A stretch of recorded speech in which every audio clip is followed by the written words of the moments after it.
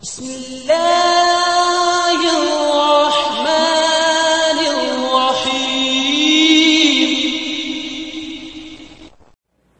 إن الحمد لله الذي نحمده ونستعينه ونستغفره ونؤمن به ونتوكل عليه ونعوذ بالله من شرور أنفسنا ومن سيئات أعمالنا من يهده الله فلا مضل له ومن يضلل فلا هادي له ونشهد أن لا إله إلا الله وحده لا شريك له ونشهد أن محمدا عبد الله ورسوله أرسله الله تعالى بالهدى ودين الحق ليظهره على الدين كله وكفى بالله شهيدا فصلى الله عليه وسلم تسليما كثيرا كثيرا ثم أما بعد فإن أصدق الحديث كتاب الله وخير الهدي هدي محمد صلى الله عليه وسلم وإن شر الأمور محدثاتها وإن كل محدثة بدعة وكل بدعة ضلالة وكل ضلالة في النار.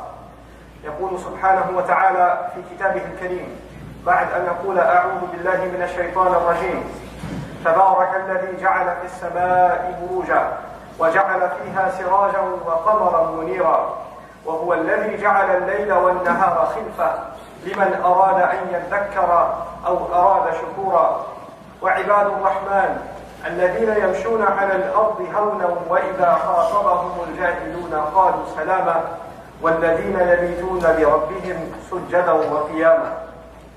رب اشرح لي صدري ويسر لي أمري واحلل عقدة من لساني يفقهوا قولي آمين يا رب العالمين. Inshallah, in today's brief khutbah, I'd like to share with you a few ayat that belong to a very powerful surah and a short surah relatively of the Quran, Surah Al-Furqan. And there are many beautiful qualities of Surah Al-Furqan, and in particular of these ayat, and I just want to highlight a couple of them. One of them, of course, is that right before we get into these ayat, Allah Azza wa Jalla revealed an ayah of a sajda. So the ayah right before this one, when the Muslim is to recite it, we're supposed to fall into sajda.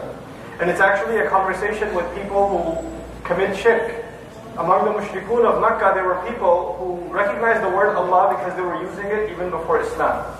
But when they heard the word Ar-Rahman, then this was a new name of Allah to them. And even though it's obvious that it's referring to Allah Azza wa Jal, when somebody wants to act ignorant, and they want to act like they don't know what you're talking about, then they pretend like they don't know. So they would say things like, who do you worship, God or Allah or Ar-Rahman? Who do you worship? Why do you keep talking about this Ar-Rahman?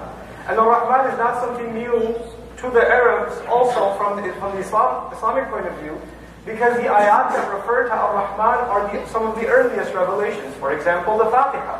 The Fatiha is the first complete surah to be revealed. Alhamdulillahi Rabbil Alameen, Ar-Rahman Ar-Rahim. How many times they must have heard Bismillah Ar-Rahman Ar-Rahim? They know enough Arabic to know that Ar-Rahman is a describer of the word Allah. But regardless, when you have to dismantle or undermine somebody's argument or somebody's invitation, then you can say anything obnoxious that comes in your head. And so they said, what Ar-Rahman? What are you talking about? And so in the ayah before, not only did Allah introduce us to Ar-Rahman, He introduced us in such a powerful way that the believers, when they hear that, they are compelled to fall into sajda. They can't even continue to go about their day and just listen on the side. This is an ayah of sajda. Now, when one falls into sajda, this is the most humble position that a slave of Allah can be in. Even from the point of view of a non-believer. When a non-believer sees us pray and they don't know what salat is, they might even come and start talking to you. Because they don't know that you're praying. They don't know what that means. But they will notice that your hands and your eyes and the look on your face, this guy is humble before something. What's going on? Something's on his mind. You know? Then when we go into ruku', it's like the expression of exhaustion. You know when sprinters and things like that, when they run a long time, what do? Literally, they just grab their knees like, I can't do anymore. You know? This is our expression that we are weak before Allah Azza wa Jalla. And then sajda, there is no society in the world that doesn't understand that that is actually an expression of the ultimate humility. You cave in before somebody. As a matter of fact, in the most ignorant talk shows and sports shows, they'll have famous athletes come and like just as a joke, the fans are going to be like doing expressions of sajda. Even today in stadiums and things like that. It's incredible. But the point I'm trying to make is sajda is the most humble position you can possibly be in, physically And actually that's supposed to be psychologically also. Psychologically we should be completely humbled before Allah Azza wa Jalla. And when you're completely humbled before Allah is the best time to declare two things. Not only how low you and I are, but how high Allah Azza wa Jalla is. So we're supposed to go into these ayat that I'm trying to share with you. The intent of the surah is to venture into these ayat with an unusual state of humility. تَبَارَكَ الَّذِي جَعَلَ فِي السَّمَاءِ بُرُوجًا. How full of barakah. How full of barakah. That's I'm trying to make the translation easy to understand. You know, in English translations they say, how blessed is the one that placed a brilliant source of light, a brilliant thing in the sky. جَعَلَ فِي السَّمَاءِ بُرُوجًا. Burj is actually a brilliant tower that you can see from far away. You can't see anything in the city, there are no lights, but there's a tower and there's a light on top, that's a burj. You can see it from a distance. Allah says, burujan. He put multiple brilliant towers up in the sky, referring to what the stars look like. Stars look like their own civilization. Burujan. وَجَعَلَ فِيهَا سِرَاجًا. And He put in it a massive lamp. Siraj is an unusually brilliant lamp. وَقَمَرًا مُنِيرًا. And He placed inside it a moon that gives off light, or deflects light. So Allah refers to the stars, the sun, and the moon. He refers to these things. And in each of them, He referred to their quality of giving light. You should appreciate that. Then in each of them, Allah could have called it the sun, the stars, the sun, and the moon. But instead of using nujum, He used buruj. Instead of using the sun, ash-shams, He called it siraj. And instead of just calling it qamar, He said qamaran munira. And all three of them, there's the matter of light. There's the matter of brilliance. And this is important because Surah Al-Furqan is the surah that the right before it is Surah Al-Nur.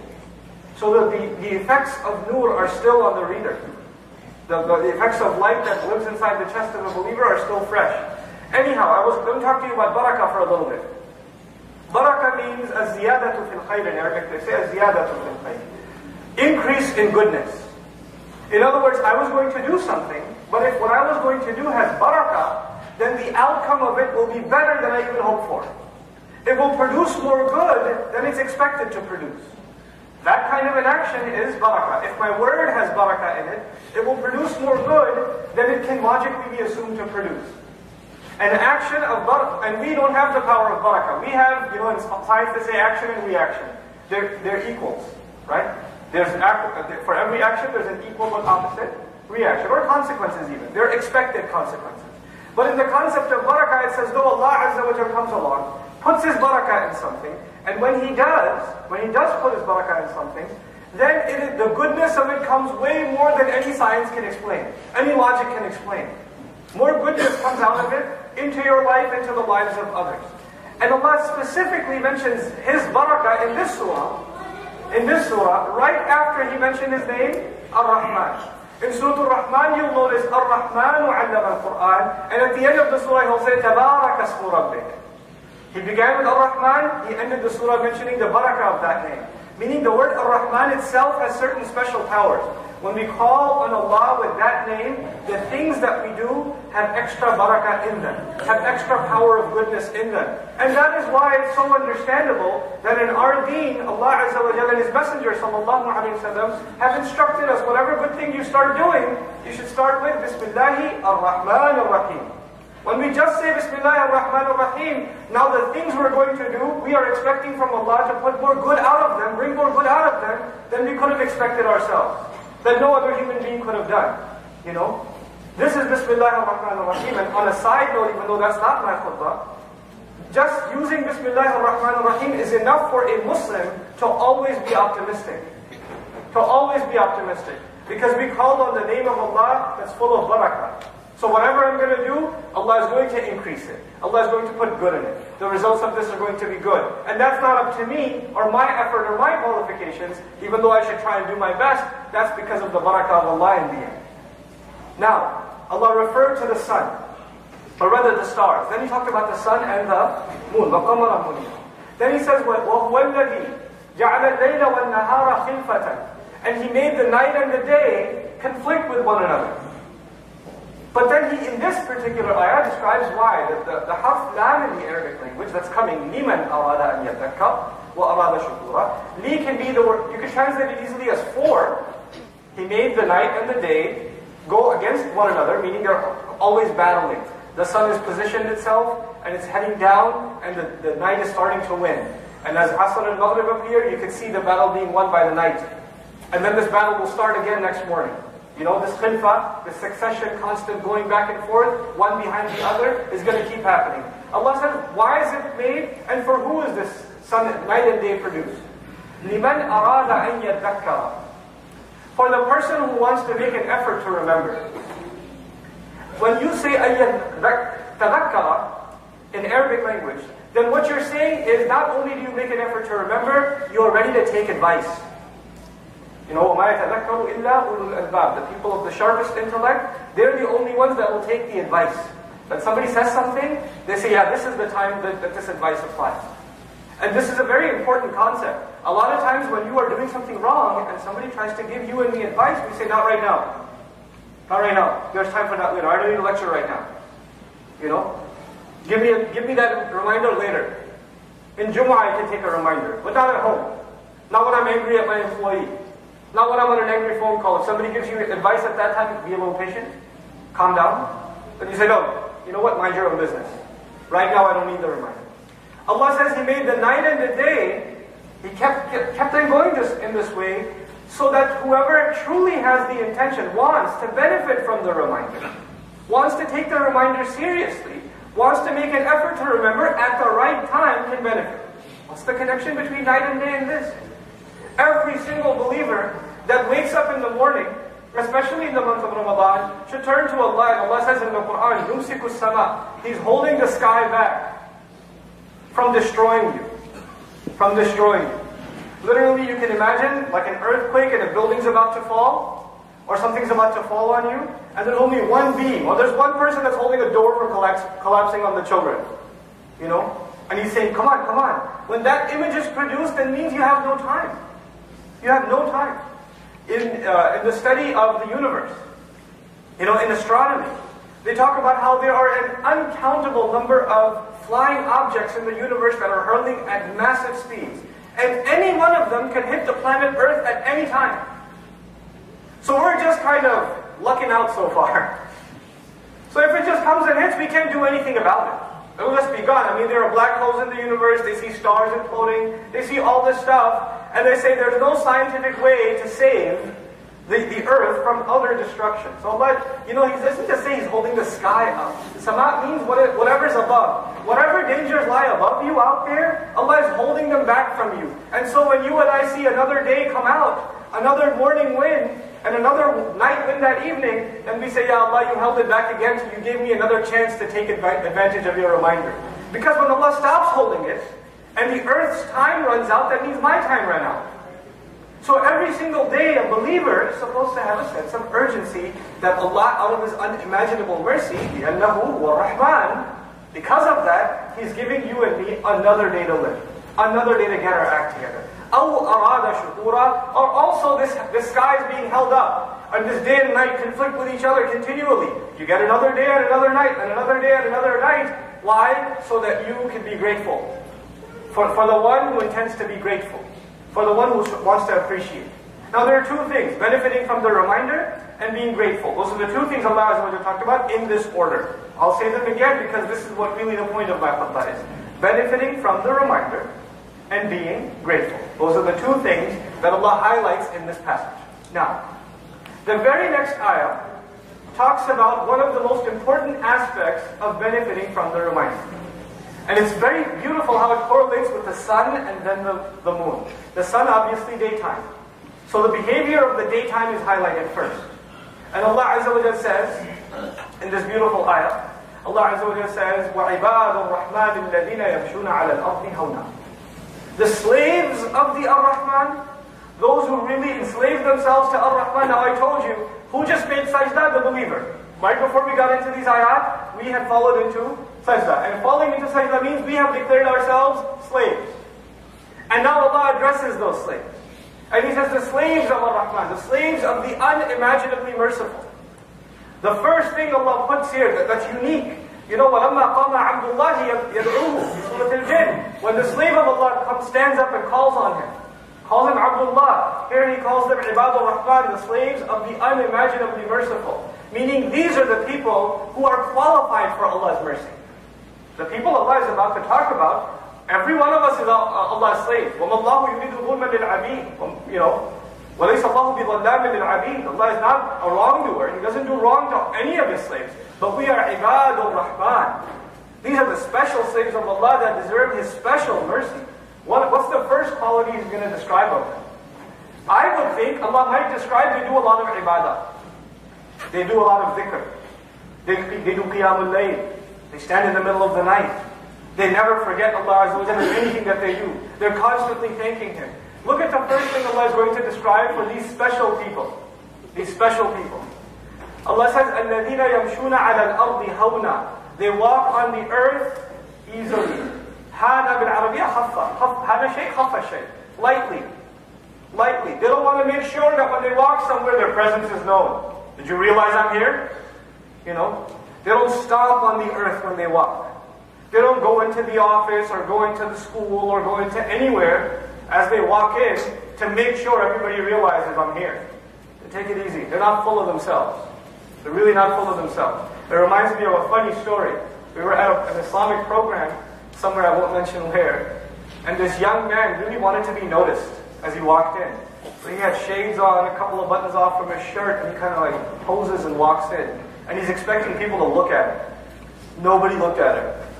So he walked out again. And walked in again. And walked out again. And walked in again like 3 times. It was the most hilarious thing. But he did all that. Why? Because you want attention. The first benefit of the word hawn is you don't want attention. You're just yourself. You're not too concerned about other people's opinion about you when you're just going about your day. Hawn for younger guys here is that you're not, when you're walking into the masjid, you're checking yourself out in every mirror. You know? This completely self-absorbed type of walk. Hawn also means bis-sakina wal-waqar. At the same time, this person is at peace. You know how some people, they're walking, they have a look on their face, an aggressive look, an intimidating look on their face, and you want, like, I want to stay away from that guy? Or they're waiting for you to make eye contact, and as soon as you make eye contact, they give you a stare, and you're supposed to like turn the other way. Like you only look at them when they're not looking at you. That's the opposite of hawn.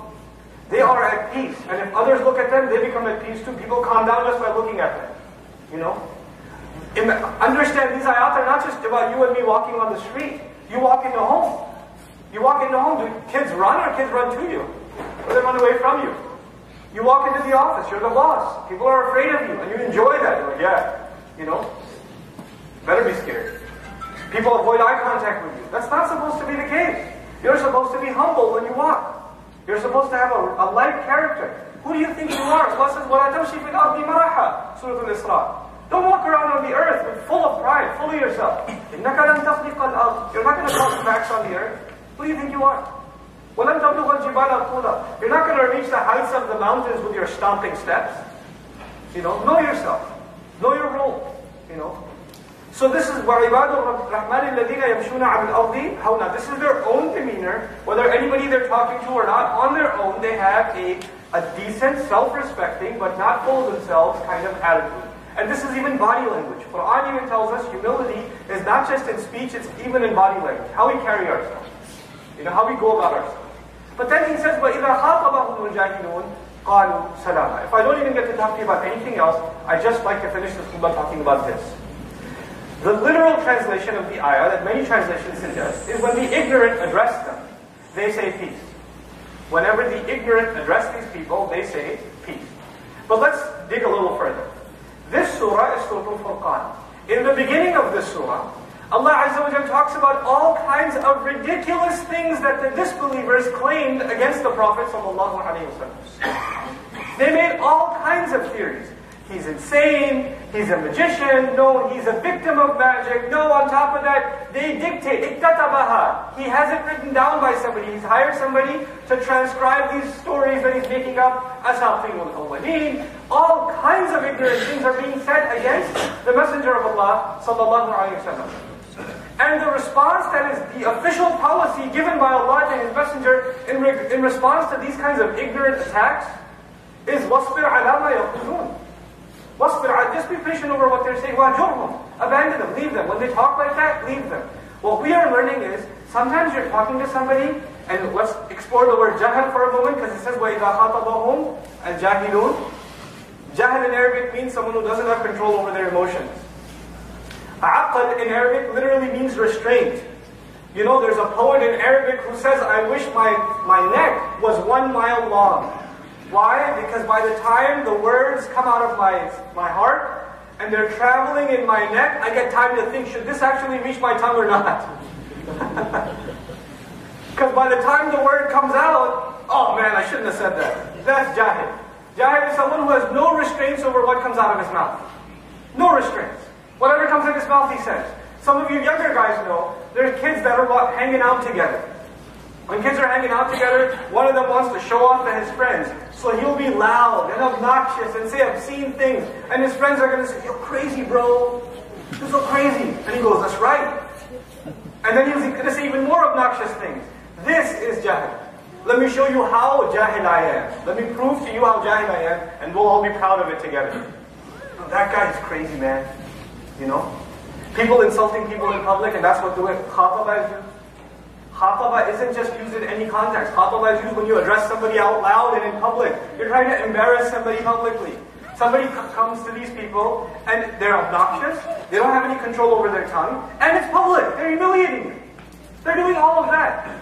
How are you supposed to respond? You see, when somebody insults you, the first reaction is, oh yeah? Oh, you think you know how to insult? I got a PhD. Let me teach you something. And you can cuss like a sailor way better than he can. So you can respond. But Allah says, you know what they say? They say salaman. They say peace. And salaman actually implies usallimuka salaman. From my side, you're not going to get anything but peace. If it was salamun, I would be happy translating peace. Because it's mansoob salaman, it implies, look, I'm at peace with you. I don't want anything to do with this. It also implies sometimes when people are talking to you in an angry fashion. Maybe like a good friend of mine, we were at this program, and this Christian friend, an older gentleman, he figured out that we're Muslims. And when he figured out we're Muslims, he started cursing the Prophet ﷺ and yelling and screaming, an old man. I mean, he's like old man. He's on a cane, and he can barely open his eyes, you know. And he's going at it. I mean, he won't stop. And the stuff he says should make you really angry. But you know what? This is not new. We are hearing these things about the Prophet ﷺ now. The people, the Sahaba, were listening to it with the Prophet standing right there. ﷺ. One of the famous stories that really moves me is that people came and they started, the Prophet was sitting with Abu Bakr as-Siddiq ﷺ. They were sitting together. And these people came and they started cursing out the Prophet ﷺ. Or actually cursing out Abu Bakr as-Siddiq first. They were yelling at him, screaming. They're talking about his family. You know, the worst thing you can do, talk about your family. Cursing them out. Abu Bakr as-Siddiq was patient. Doesn't even get up. Then they start talking against the messenger. They see that we couldn't get under his skin. We should try to insult the messenger. So they start insulting the messenger, sallallahu alaihi wasallam. And Abu Bakr as-Siddiq can't take it. Got up. As soon as he got up, the Prophet left. Sallallahu alaihi wasallam. Now Abu Bakr as-Siddiq has a choice. Should I go after these guys? Or should I go after my messenger? So he picks the messenger, sallallahu alaihi wasallam. And he went to him and he caught up with him. And he said, why'd you leave? And he said, so long as you were sitting there patiently, the angels were surrounding us. And all of them were saying that Abu Bakr is committed to the truth. Abu Bakr al-Haq. The moment you got up, they flew away. And I don't sit where angels don't sit. So he left. SubhanAllah. He's teaching even the most beloved, you have to learn to be quiet sometimes. The last thing I want to share with you about Khatabahum al-Jahilun, qalu salam. Even if I could do that much, hopefully some good lesson has been taught. For myself and all of you. That is that Jahal actually means not being overwhelmed by emotion. Being overwhelmed by emotion. That is why even Musa a.s. says, أَعُوذُ بِاللَّهِ أَنْ أَكُونَ مِنَ الْجَاهِلِينَ. He doesn't mean that I seek refuge of Allah to become from the ignorant, those who don't know. He also is asking refuge from Allah. Ya Allah, don't let my anger, my emotions get so strong that I do something I regret later. Now at home, at work, among friends, sometimes somebody is emotional, somebody is really depressed, somebody's really angry, or you know that somebody has a little bit of a minefield, emotional minefield, you touch them a little bit and they explode emotionally. You know there are people like that around you. You should have the common sense as a slave of Ar-Rahman not to poke and prod with those kinds of people. And if you talk to somebody in your family, you walk into home, a husband and wife, you walk into home, you look at your wife's face. And if you know your wife's face will tell you everything that happened that day. And your wife's phone will tell you it's a bad idea to talk to her right now. It is a bad idea. And the wives know about their husbands. They walk in home, he walks into home, she asks, how was your day? She knows. Today is a bad idea to ask him for the groceries or talk to him about what we're going to do on the weekend, or let me just let him calm down, let him eat a little bit, let him just get it out of his system, and then I'll talk to him. But if you start from the very beginning, what's going to happen? What you should know is going to happen. At that time, they're overwhelmed by emotion, they're stressed out, they're depressed, whatever it is, and then they're going to talk back very angrily, and then you're going to say, oh yeah, you had a long day, what about me? And it's going to start. وَإِذَا خَاطَبَهُمُ الْجَاهِلُونَ قَالُوا سَلَامًا. It's emotional, psychological intelligence also. You don't just talk about what you want to talk about. You have to think about what is the emotional state of the person you're addressing. You have to be sensitive to them. These ayat are about courtesy. Not only are you humble in and of yourself, on the way you carry yourself, you consider what other people are going through before you say something to them. Maybe this is not the best time to give your son a lecture. Maybe he's a little stressed out right now. Maybe he's a little, overwhelmed. Maybe find a better time. Maybe it's not the best time to tell your wife she did something wrong. Maybe you could find a better time to do that. Maybe right now she's under a lot of pressure, So and especially us basis, right? The wife is cooking, 2 kids are hanging off of her and all this stuff, and you're like, hey, you forgot to put salt in here? Come on. Find a better time. Hey, this was amazing.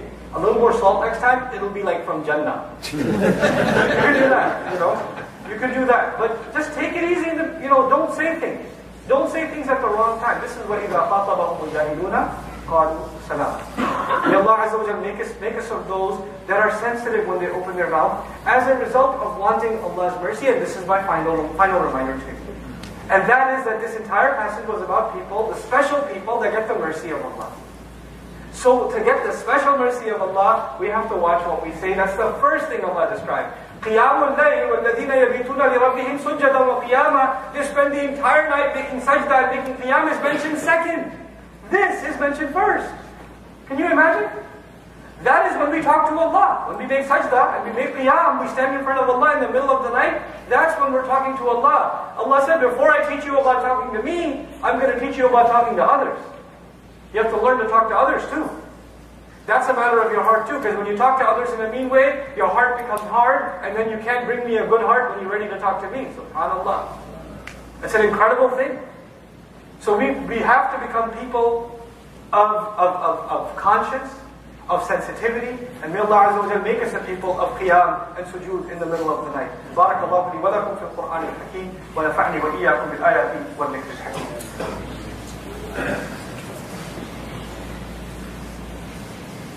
الحمد لله وكفى والصلاة والسلام على عباده الذين اصطفى خصوصا على أفضلهم وخاتم النبيين محمد الأمين وعلى آله وصحبه أجمعين. يقول الله عز وجل في كتابه الكريم بعد أن أقول أعوذ بالله من الشيطان الرجيم إن الله وملائكته يصلون على النبي يا أيها الذين آمنوا صلوا عليه وسلموا تسليما اللهم صل على محمد وعلى آل محمد كما صليت على إبراهيم وعلى آل إبراهيم في العالمين إنك حميد مجيد اللهم بارك على محمد وعلى آل محمد كما باركت على إبراهيم وعلى آل إبراهيم في العالمين إنك حميد مجيد عباد الله رحمكم الله اتقوا الله إن الله يأمر بالعدل والإحسان وإيتاء ذي القربى وينهى عن الفحشاء والمنكر ولذكر الله أكبر والله يعلم ما تصنعون أقم الصلاة إن الصلاة كانت على المؤمنين كتابا